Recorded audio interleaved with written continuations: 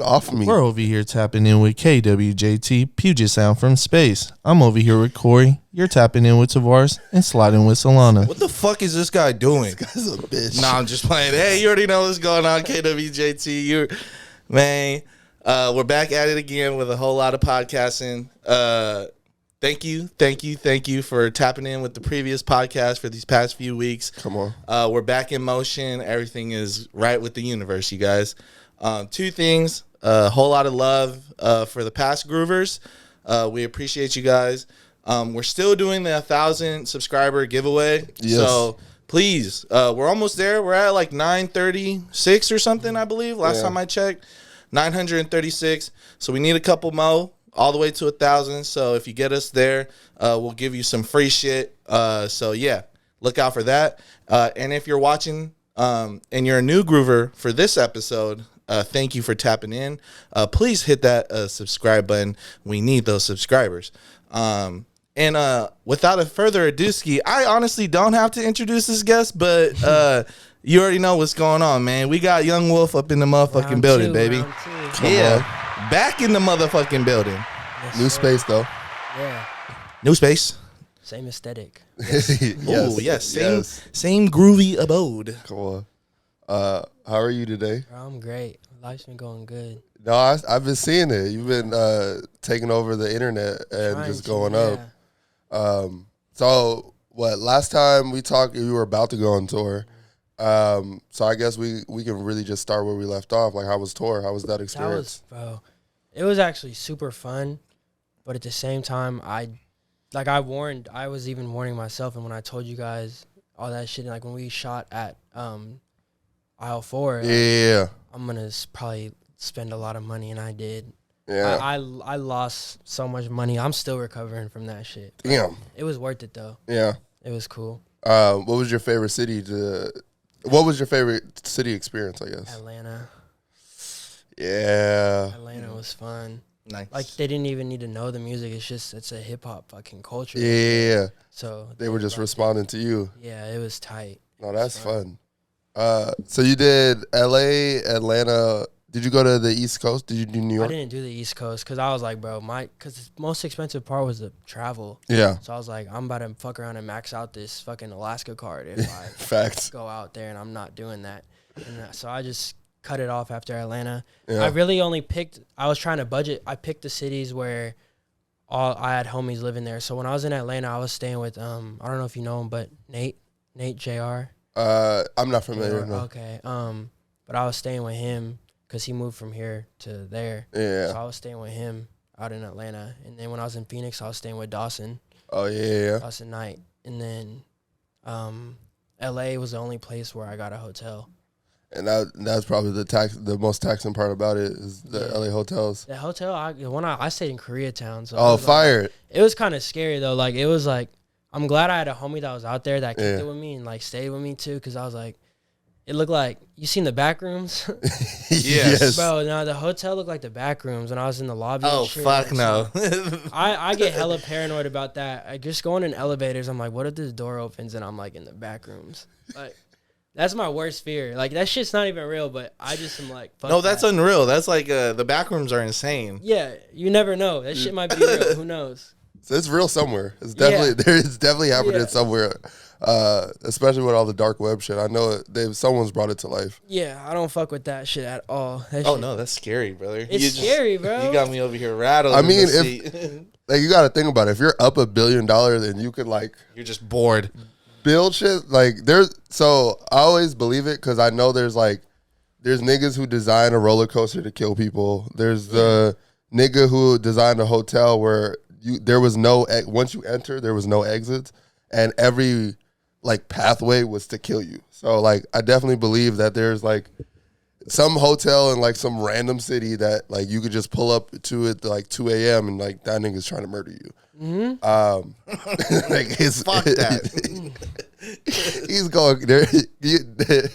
There's definitely a nigga, like, listening to it, like, fuck, they got the game plan. Like, yeah, you're next. Exactly. So, nah, fuck all that. Yeah, fuck elevators like that. That's why I don't like staying in, like, really old buildings, or, like, when they tell you, like, shit is haunted. I'm like, nah, I'm kind of cool. The post office is haunted, bro. Downtown. Swear. Yeah, remember I used to work at the Y. I remembered reading a history book, or it was like haunted places in Tacoma. For some reason it was at the front desk, like a kid left it or something. Yeah. And like on one of the last pages, it said the old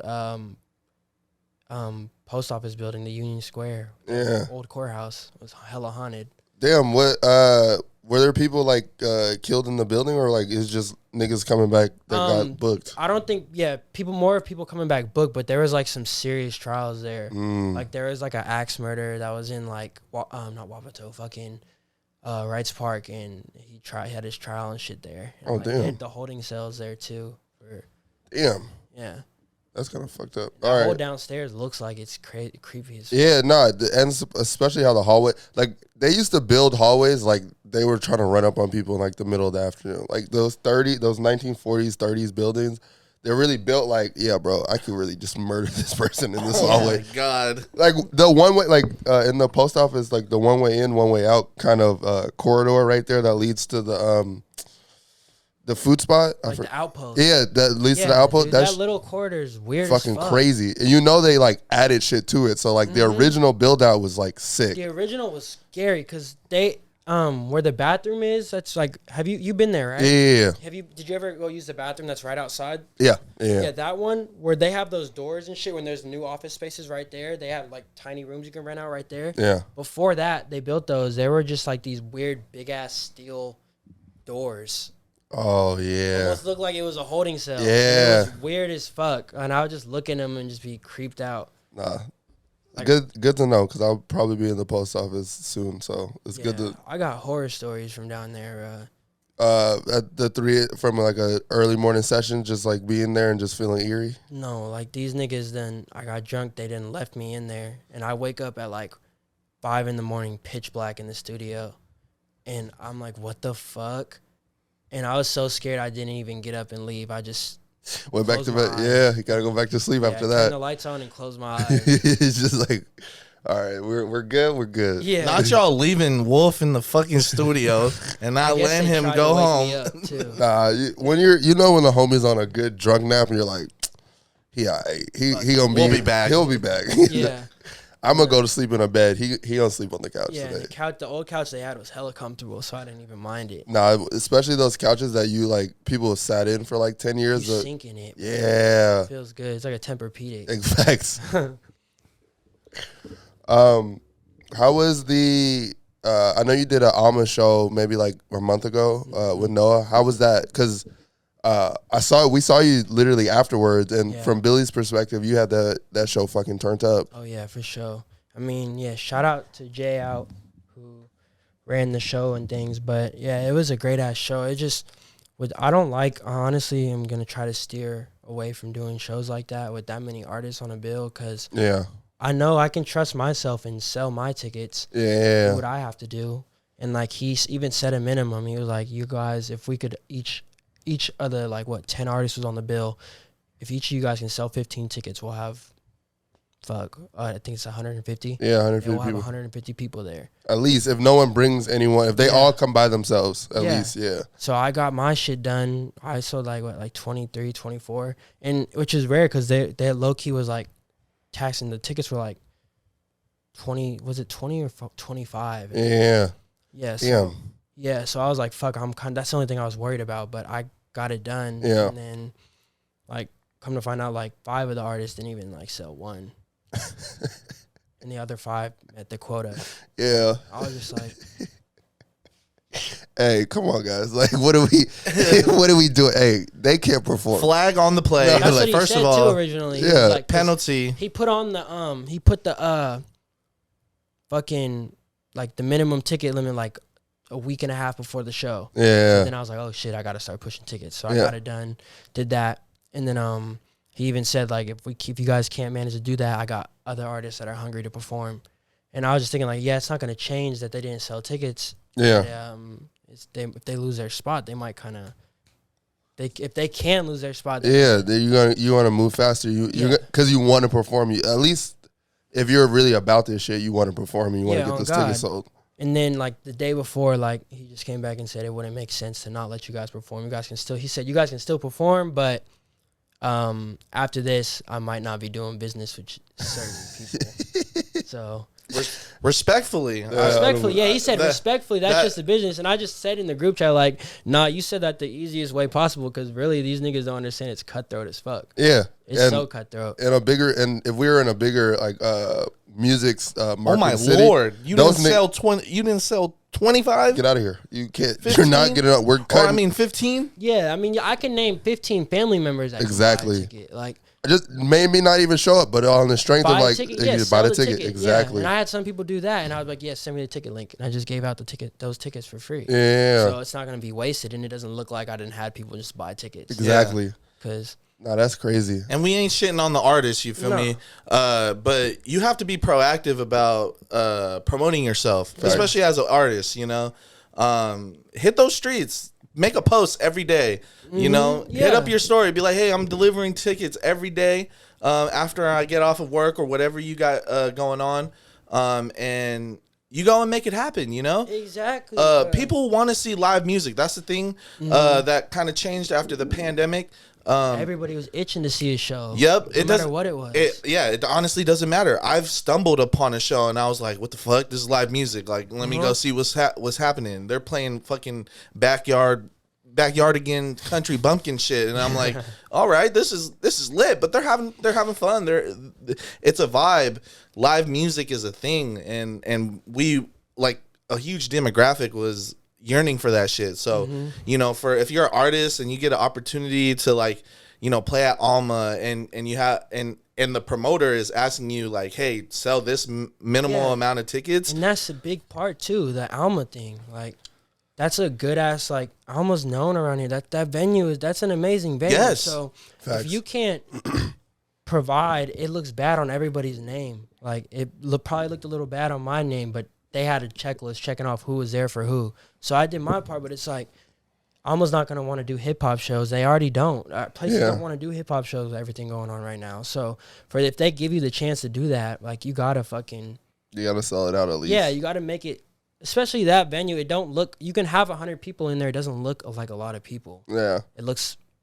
You can scatter out 100 people and it could look like a packed show in there. Yeah. Or you could do 500 and it It's a looks packed insane. show. It looks insane. Yeah. So I feel like you having that mindset, it as I always say, it'll take you farther because you know what it takes to get people in the seats and you like push it. You really promote your shit and market to Yeah. the people to get to them to the shows, which I really fuck with. Yeah, I'm just glad I got tapped in with Alma like that, like through Q and shit, because they fuck with me, so that's good and shit. But like just with other people, they're not gonna really do any like rap shows, which kind of sucks. But I mean, they're not doing what you like the bare minimum. Yeah, It's always unorganized when it's other shows and things that I've seen and like, but no, that show ended up being a good night. A lot of people came, and bought tickets at the door. Yeah. So after that, you went and fucking DJ'd. You went from the stage and went to go turn it up. So what was that like? God. What was that experience like for you that night? Because you went, had a lit show, and then really was like spinning. Like Spin, bro, out of nowhere. I don't know how I DJ'd that good that night. That was probably my best set ever. But fucking, we had to switch around my whole set time because he wanted me to headline, and I was like, all right, cool, I don't mind. But with a lineup like that, it's fucking like around when it gets around like 10:30, niggas get tired and want to go home. yeah, So like I was like, I want to be at 9:20 to 9:30, so I can, cause I have to go. And thankfully, Q had a DJ that night, so I had a valid excuse. Yeah. I feel like it's kind of like a dickhead move. But, I like, mean, it's tricky, especially when you have done things like outside the situation. Oh my bad, guys. oh, you're good. It's tricky when you can set your time and you're like, all right, I can actually manage the crowd and it won't be fucked up to like bring this energy and it's not wasted. You know what I mean? Because at like that 10:30, 10:45, you gotta be like, everyone either has to been waiting on you or they have to be like, it's got to be one of those like festivals type events where it's like hella shit to distract you until you get to the artist. Yeah, exactly. That's exactly how it was. And then so I get done with my set. It was cool. That whole night was just a blur because fucking I'm there. My ex shows up. I'm like, oh shit. 'cause her homegirl was performing. I was like, oh shit. So I just felt good. I was really flexing. Yeah, watch out. Watch out. You look great, by the way. Thank you. Behind that board. Thank you. I was having so much fun. Yeah. Let me we haven't rang it off too much because we've been talking. But let's do 2 of those hoes. You feel me? 2 of those hoes, just because I always love linking back up with our friends and when we previously worked with them, and then coming back full circle again, just to see how we are. You look like a natural DJ, honestly. Low key. It was kind of crazy that night, and I don't know if it was the drinks in my system or what, but I was just ready. I was like, I walked in, Tristan was DJing, I was like, Q, I'm ready to go. Let's go. Come I was on. down there, spin that shit. I was like, okay. But then when I started to fuck up a little bit, I was like, yep, Q, come on. Yeah. After the first one didn't transition right, I was like, yep, I'm ready. Yeah, I'm out of here. I did what I needed to do. Yeah. I was running out of songs to pick too. I was like, fuck. And that's the whole thing about being a DJ. You gotta like the timing of it all, and just like, did you learn anything about, I guess, BPMs in that moment as far as like what to switch? I learned about that with Josiah, because when he used to DJ the parties we threw and shit, like I'd watch him do it and like I'd see him drag the BPM. Like he'd always, it just shows on there the song's BPM before you can even play it and shit. So like, fire. The best thing to do, he said, was just pick one. It doesn't have to be, say like a song's like 90 BPM and then the next song you want to play is like 140. Of course you can adjust that song that's 90 to match that, but it's gonna sound hella sped up when you transition. So like I always like pick a song and then look at a song that at least has a similar BPM, like something like 85 or like 95, so I can just adjust that so you barely hear a difference. Yeah. But then sometimes I want it to go like slow or something if it's a really big change. And then I just fuck around and put some echo on it or something. Just boom, drop that hoe in. I don't like doing build-ups. Every time, like that night, if you noticed, every song I was playing, I just would scratch to the part, I'd fast forward to the part where it's fucking, the beat comes in and the song starts, so I can just get it going right away. So there's I like that I didn't realize it, but after you saying that, there was it was all build-up, I guess, like the entire time you were DJing, because I got to hear like those crucial parts in the songs, and then it was just like, all right, we on to this one. Yeah. Now we back to this one, or we're over here with it. So especially when you play Chiquif, I was like, oh yeah, that was one of those ones where I was like, I think someone got up on you got up on the speaker afterwards, and was really just lit about it. So I always love those fucking moments when, especially at that bar specifically, just because you guys made Supper Club one of those places for us that we can always pop out and just like get that experience like very consistently. Like I always be waiting for the first Friday of the month. Facts. It's fun there. Now it's like every third Saturday for karaoke. Yeah, I saw that too. I didn't get to make it to that one either. I wanted to go. Nah, it's definitely up. Tavares was too drunk when we went. You can say that. No, I was louder than the music. Okay, me and QJ was talking about it last night, but you did the karaoke? Yeah, well, people were singing, right? And then I'm lit. I'm singing with them, but I'm singing louder than them and the music. Oh shit. So I'm like, I was like that all night, and it was so funny because the next day people were tagging me in stories and shit, and I could hear them. I could hear myself like louder than everything else. That's funny. And it was so funny because Nia and some of her girls, they were singing Destiny Child. I need a soldier to come and stand up for me. And I was like, I'm right here. I'm right here, motherfucker. But I was screaming. It was so loud. Yeah, I had way too much to drink, honestly. It was a good night. It was a good night. You could say it was the nerves, but yeah. But yeah, every third Saturday is up in Zodiac Supper Club. Go to the next one. I didn't go to that one. Oh yeah, be there. We're gonna be there. I'm gonna be there. Yeah, I gotta get my songs right, because they always play.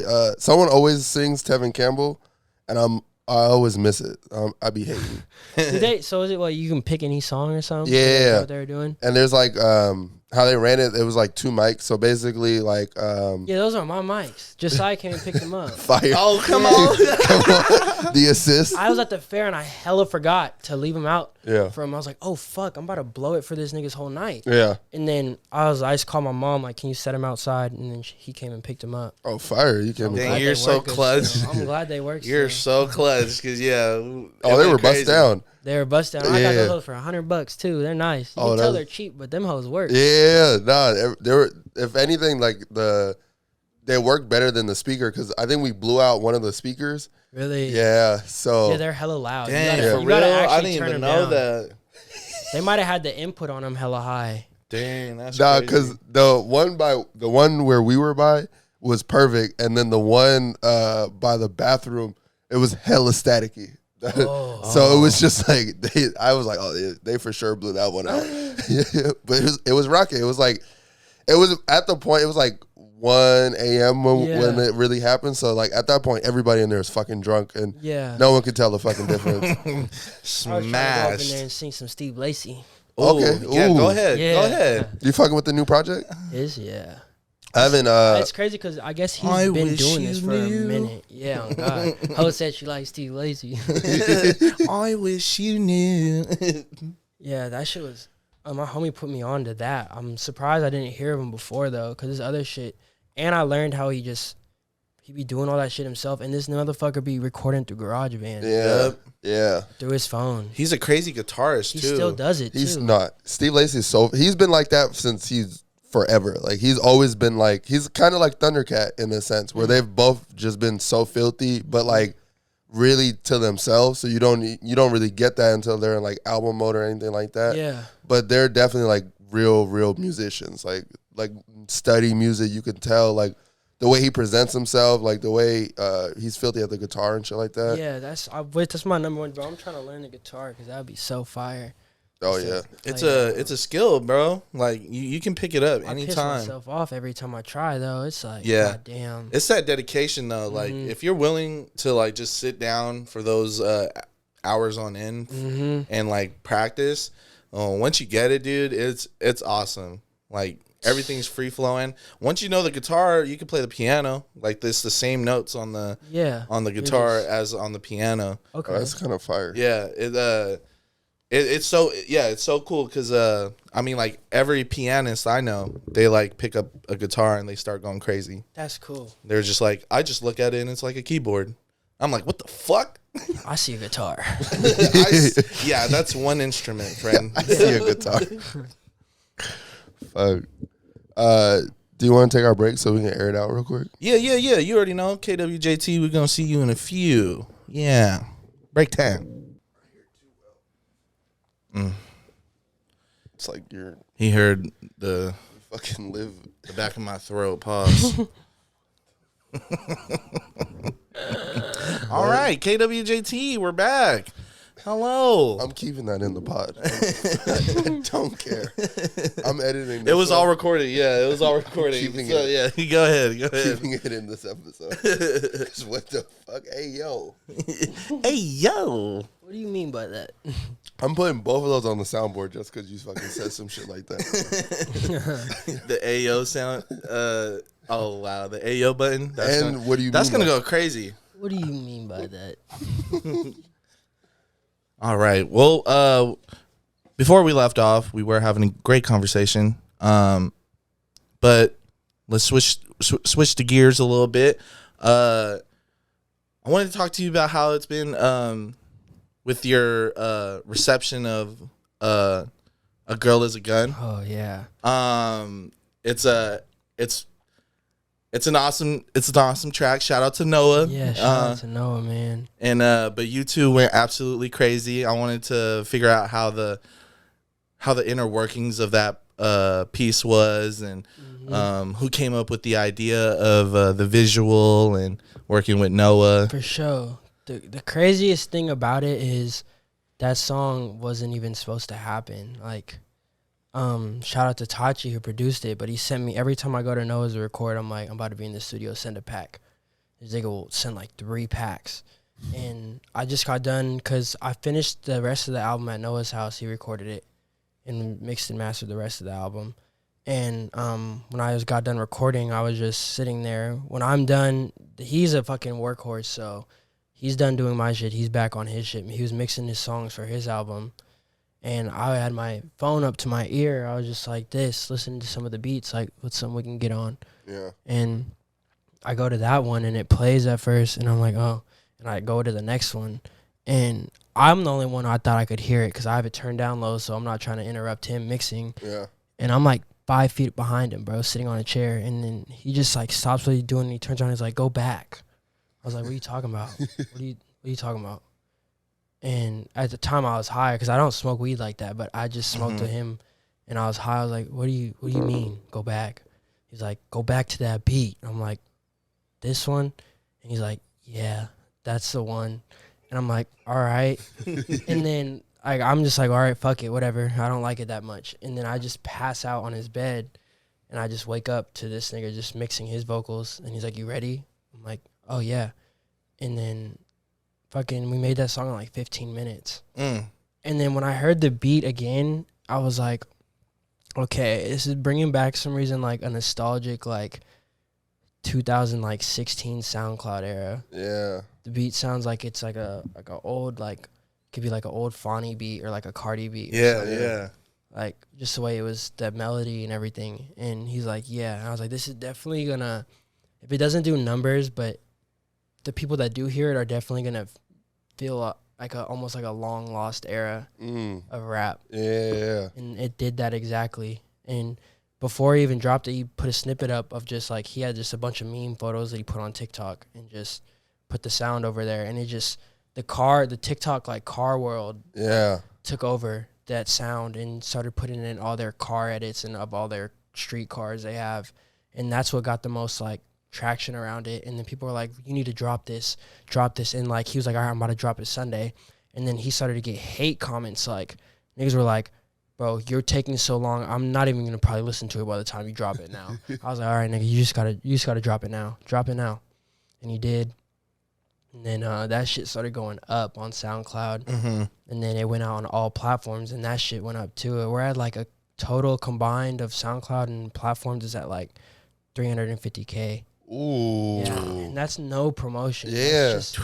That's just all natural fucking traction. So that's the best part. And then Noah So Cold hit us about doing the video. He's like, yeah, I saw you guys a deal because I fuck with this song. And I was like, okay, we need to get this video done ASAP. Like, no, I know you got big projects coming up, but like, fuck those niggas. It's only smart to do this video first and get it done, and we can get this out as quickly as we can. Yeah. And the video naturally got like 12K views on that too. And then it was it was Noah So Cold's idea for the like early 2000s. And I was like, all right, bet. Nah, y'all, you boys killed that shit. You had the Band-Aid on the face. The Band-Aid, yeah. good Nelly talk, and then God. the big tees, the big baggy tees. I was baggy high jeans. as fuck there too, because I just smoked with him there too. I only really smoke with Noah. Yeah. So like I was high there too, and my dumbass put on my story, I was like, I got hella hoes in the 90s. All my old head friends were like, this is 2000s, bro. It's early 2000s. I was like, oh, shit. I had to go delete the story and re-upload it again. I was like, oh, shit. But, yeah, that shit is it's still going up, too. It's just, and then, like, I was at work, and then I get tagged by a post by Dubsy, and I hit up Noah. I was like, nigga, we don't even fucking like Dubsy TV. I know you did not just pay for no promotion on Dubsy. He's like, nigga, I didn't do this. And I was like, oh, shit. These niggas picked that up. Yeah. So I was like, oh, that's crazy. And then they did that. That helped it, too. I mean, the song's just it's an instant classic now. No, that's a fact. And the visual matched the energy that you two went crazy on with it. Yeah, exactly. Hater-ass niggas in the comments are like, this ain't even early 2000s. Yeah, they were expecting like a straight up like sample Clearly. flip. Yeah. It's a whole own unique song and sound. Yeah. So that they weren't prepared to hear what they heard, and then like seeing what they saw, because they seen one thing, they're like, oh, these guys are like, I mean, like Noah killed it too with that like intro, like, and then the slow motion, and then Noah the artist was going crazy in that beginning intro scene too, and it just reminded me of like old MTV music videos, or like, you know, Music Choice music videos, and I remember seeing the Dubsy TV posts and like people in the comments, you know, so confused on like what is this sound, and I'm like, this is the sound you all love.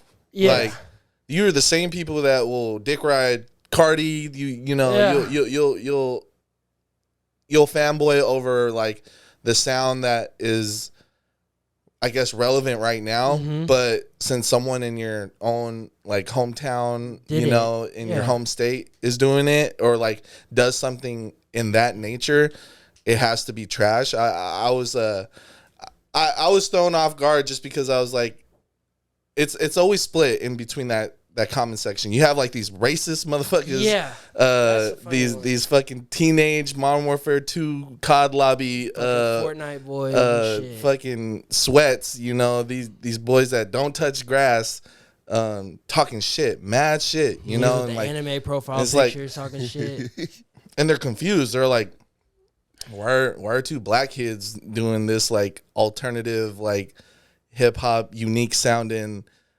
music, like and I see it all the time, and I'm always like in that comment section fired up. I'm like, bro, shut the fuck up, like this is our culture. This is not exclusive to a skin color, like like and you guys honestly bit off of like the creators of like this sound, like you know, this comes from like the mix of grunge, rock, and hip hop all in one. And I'm always like, you know, in Dubsy comment sections getting blocked and shit, and and then when you boys was on there, I was like, nah, you guys got me fucked up. Like I'm in there, because this is fire. This is unique. Like they did their own aesthetic, and I just love when projects come out and or pieces of work come out and it's all you know.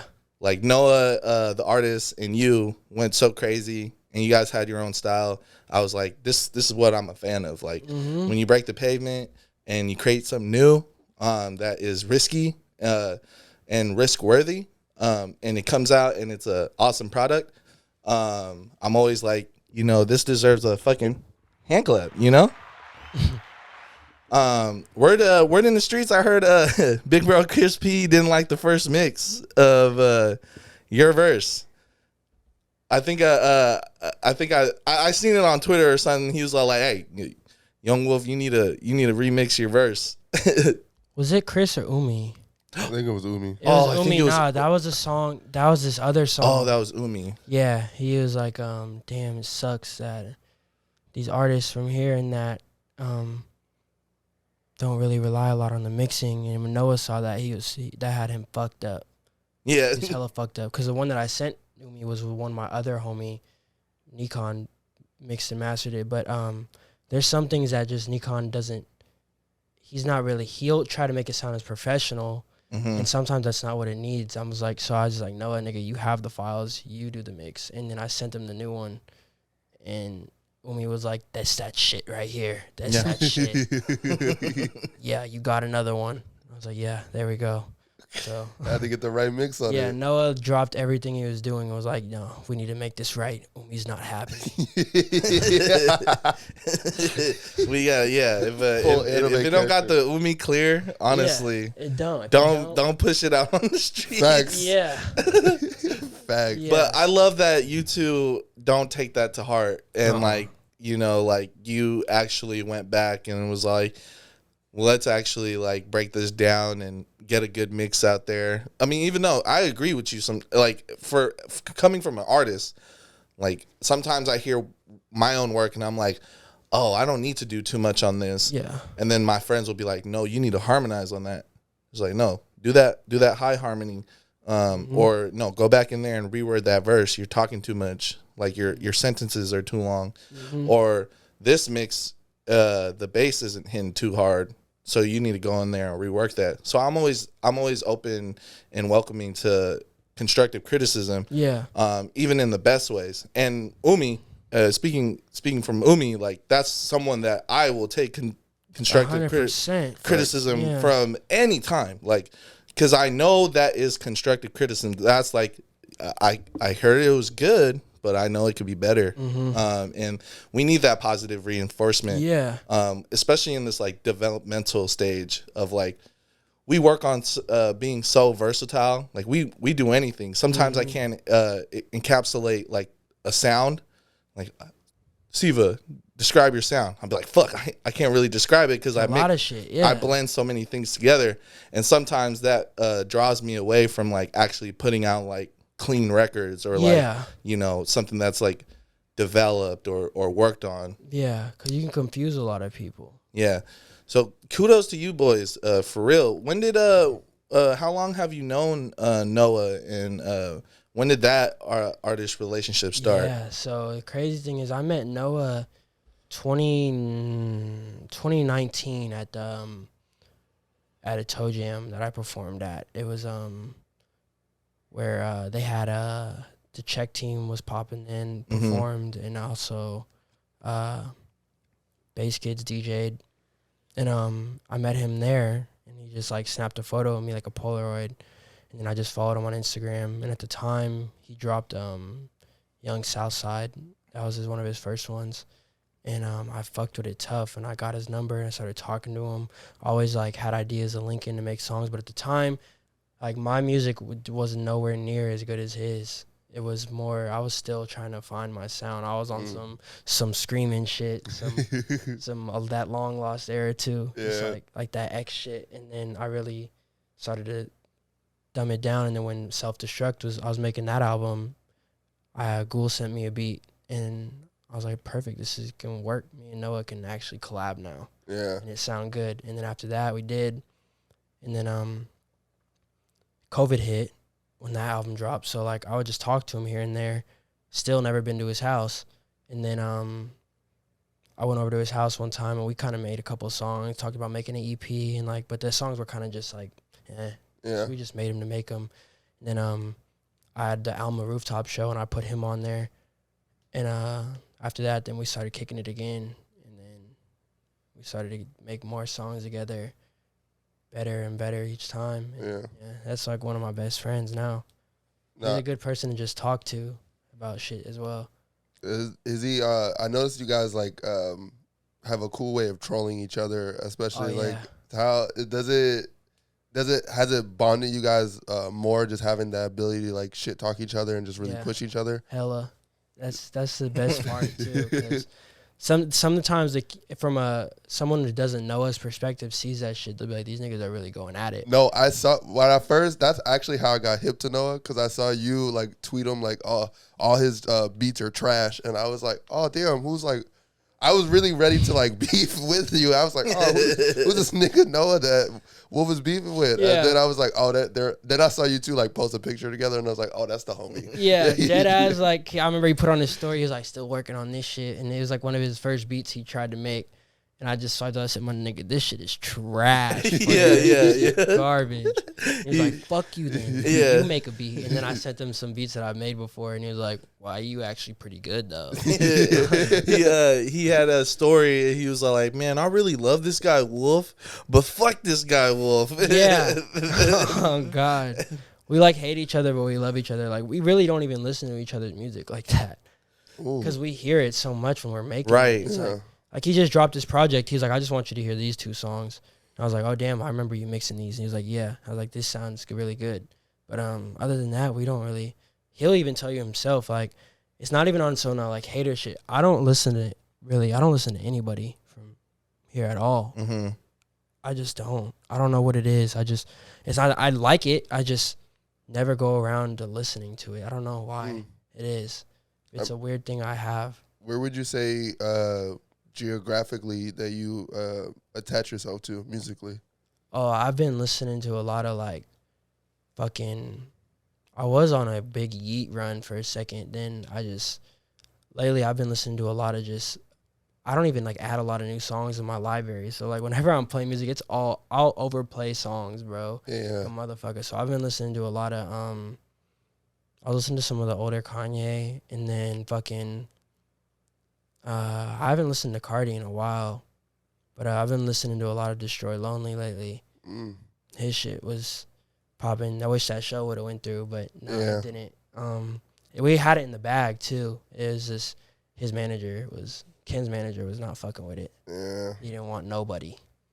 And it makes sense knowing how those niggas are. Yeah, that's tough, but it would have been great for you to at least like have that Under moment. The belt too. Yeah. That's what you need, but no, that didn't work out. But Q's got some shit lined up. We're working on shit. I think he's trying to get me on this Coach Heist one. Ooh. That'd be cool. Ooh. Yeah. That'd be nice. That'd be tight. And I feel like your two energies It could go good together. Yeah, we'll go great It's together. Easy. Yeah.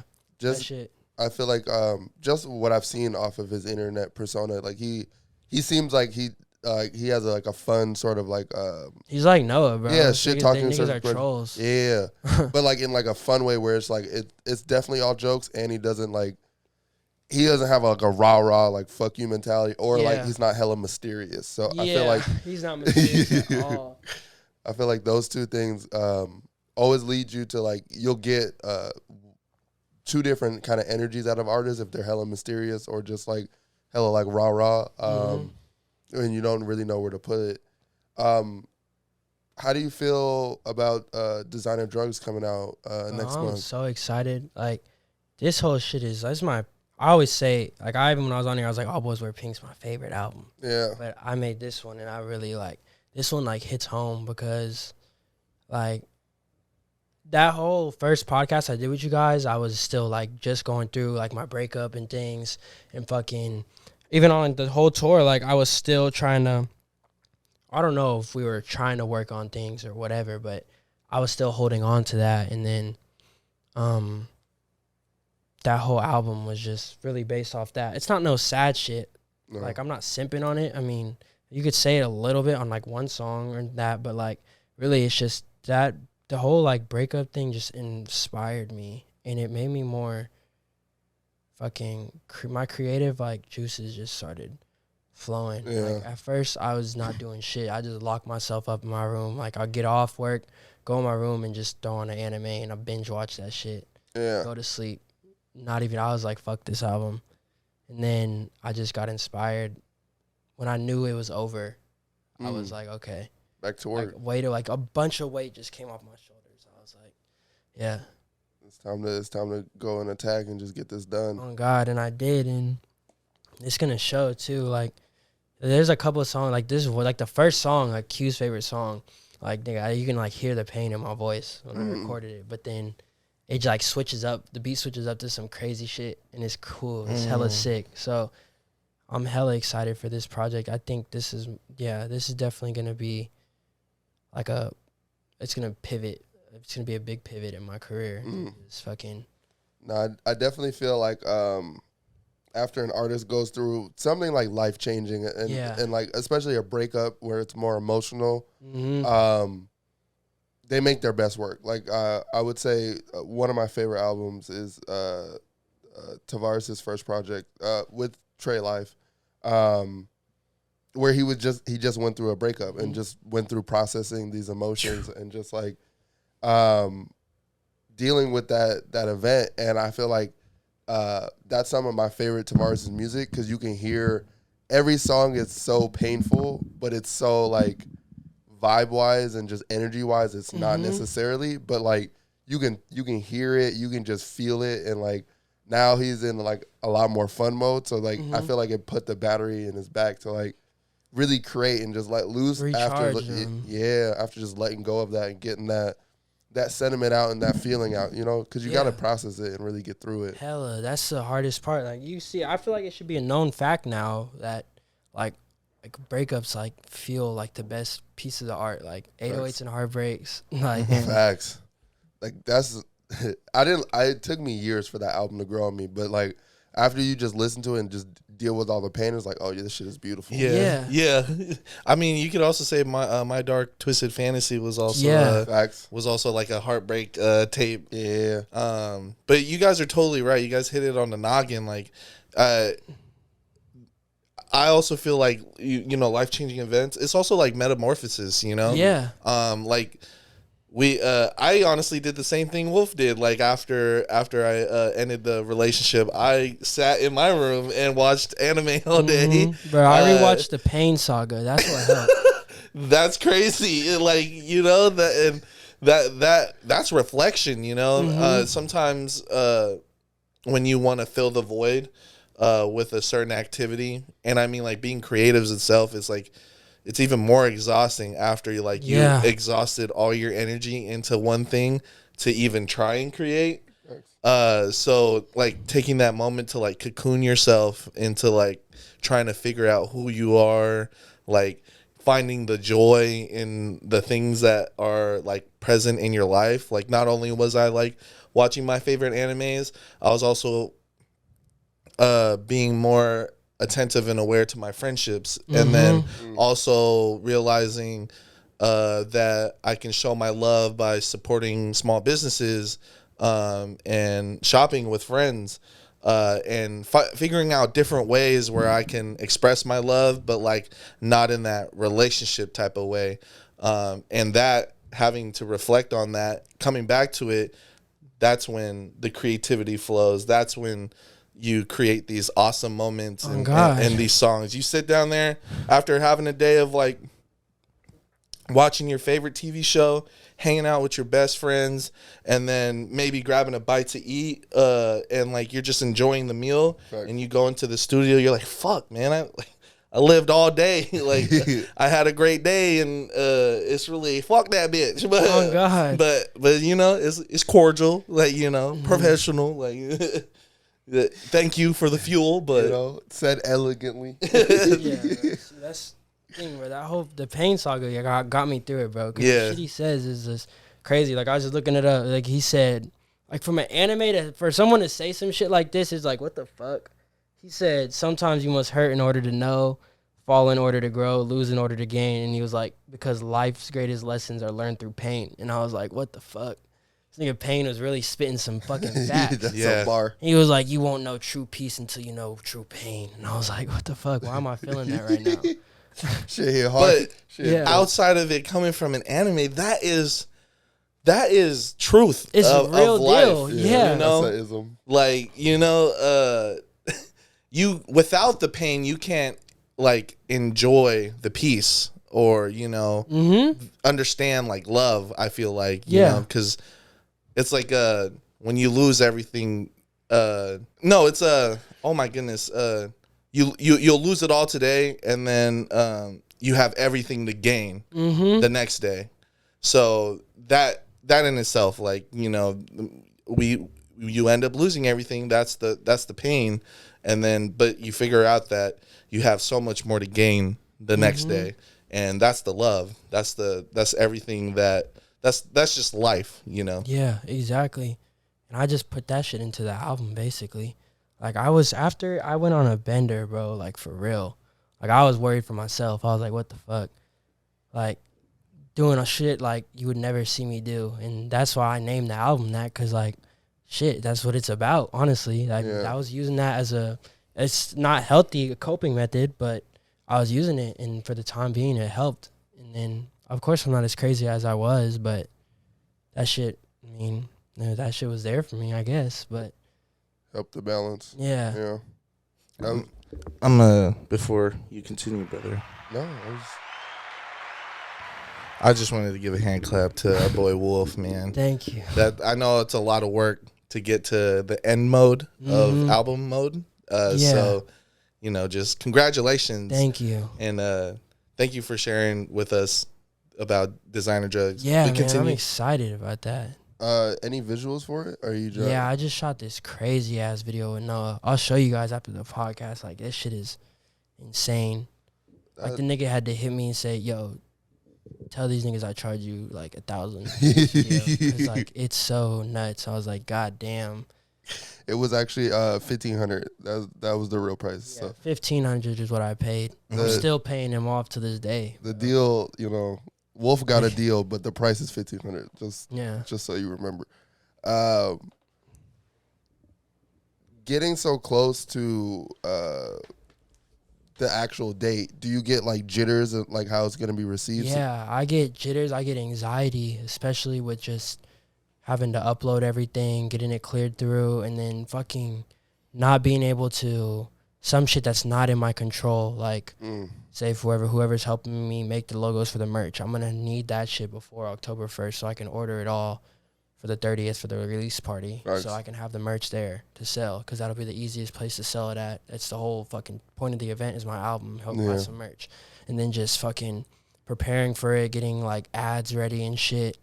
It's just that kind of gets almost feels like it's overloading myself, but you got to do what you got to do. Facts. You got to take those steps so that you can at least see the financial feeling of it, because you work so hard putting your own money into it, buying all these beats, getting all these things done, and then the kind of the finishing point is just making sure like people can like not only consume the music, but they can consume the merchandise, and that's a way to fucking fund what you're doing. So it's not all on like 9 to 5 to this. It can just be like, all right, I made music and then I put the merch out, and then that made basically the next album or the tour, or just things like that can just continue and roll into it.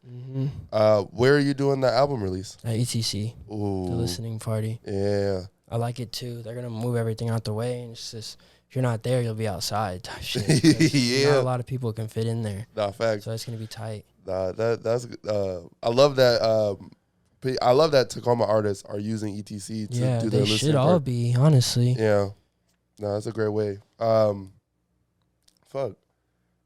How you feeling? No, I had a question and it just It's been happening. It's okay.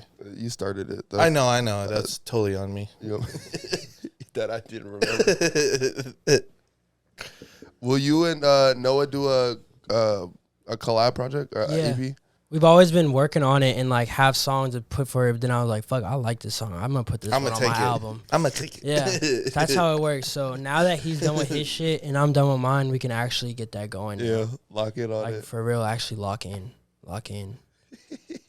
How often do you guys ever like have to rock, paper, scissors or anything like that for a specific song, or you're very chill on like who gets what? Hella chill. Like, I'm like, if I don't got nothing, he'll go first. I actually, for the first time ever, witnessed him not be able to spit a verse. And I was like, yeah, that shit don't feel good, huh, nigga? Because he loves to go in there and freestyle, and it sounds like he wrote it. Yeah. And he walked out, he's like, fuck. I was trying to calm him down. I'm like, I just was like, yeah, that shit don't feel good, huh? And I just went in there and recorded my part. He was like, you know what? Fuck that. Get out. My turn. I was like, all right, there you go. I guess you needed that push. Because I've mentioned the fucking Kingdom Hearts bar. I used the Kingdom Hearts bar. He said, that's my shit.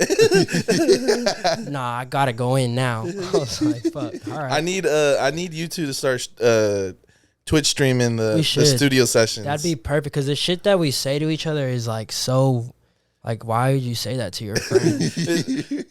And it'll create such a fandom, because that's how guys are, you know? Yeah. Like, I mean, if you really like fuck with your boy, like that's how y'all speak to each other, honestly. Like, it's just normal. I mean, me and Corey do it all the time. People, and like when they see it, they get caught off guard. They're like, what the fuck? Like, you gonna let Corey say that to you? And I'll be like, he didn't say nothing that moved me. Also, mind your fucking business. Yeah. If I start talking to you like that. Exactly. Fuck. You know, I can say that shit to Tavares. I've lived enough life with him. Facts. Facts. And has done everything under the sun for me. So only a few select people can do that. Do you I know that you're very expressive the way you dress. Is it weird when men specifically comment on the way you dress? Yeah, I'm just like, I just think it's stupid. Like, worry about yourself. Because I'm going to dress how I dress. Niggas can say I was buying styles and shit with the black and that. But before there was even all boys wear pink. Like, everybody thought I was Mr. Pink, all this. But, nigga, that's the album. That's the past. Before that, I was always in all black. You go to pictures of, like, 2018, I was just all black everything. Yeah. Like, it's just my favorite color or shade, whatever you want to call it. Yeah. But it's so easy to mix and match. But it's also, like, it's a cool fucking, it's like, there's so much shit you can do with black. It's crazy. No, it's definitely I have to like force myself to wear like different colors if I'm going to wear a different color. But like, I always have to keep a certain amount of like black in the fit, or just like, it's literally my default. Like all all my hoodies are black or like a weird gray or something like shit like that. But like they all derive from pretty much the same shit. So no, I definitely feel you with like having that black aesthetic.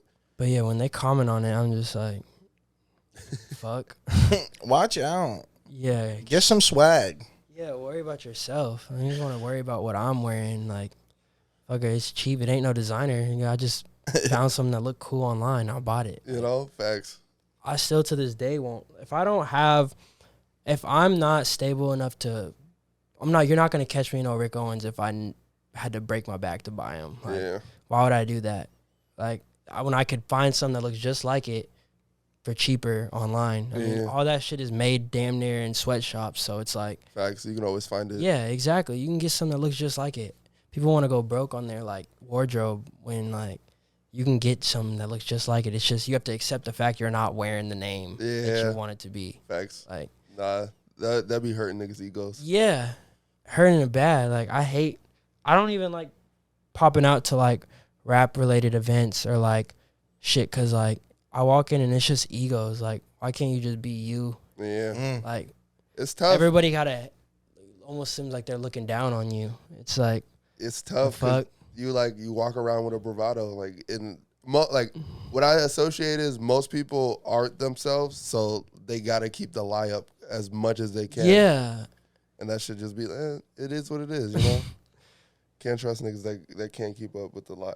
You can't trust niggas that keep up with the lie. Yeah, like they want to be so unaccessible, if that makes sense. Yeah. Like, we're all in the same room, just talk or something. Like, Noah, we were in this group chat the other day, and Noah said the funniest shit. He was like, I genuinely don't believe there's anybody in Washington State that has a real 10K on Instagram.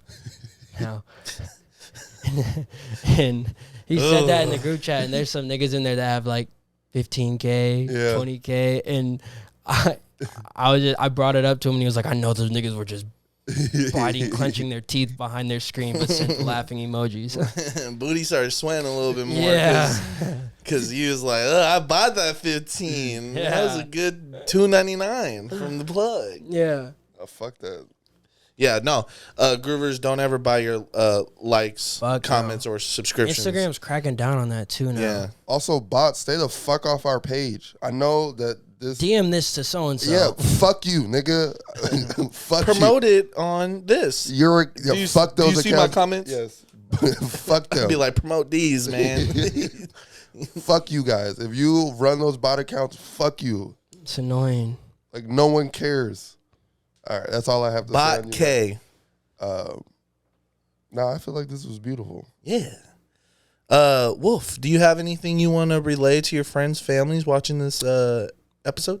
Yeah, I just want to say thank you for the support to all my fans, people, to the Groovy Tapes, and Designer Drugs is coming out next month. Come on. Yeah. The 31st. In the rollout. And come to the listening party. Yes, at ETC Tacoma. Yes. 10:30. 2022. Man, you've been grooving with the South, KWJT. We got Wolf, we got Corey, and Tavares. Come on.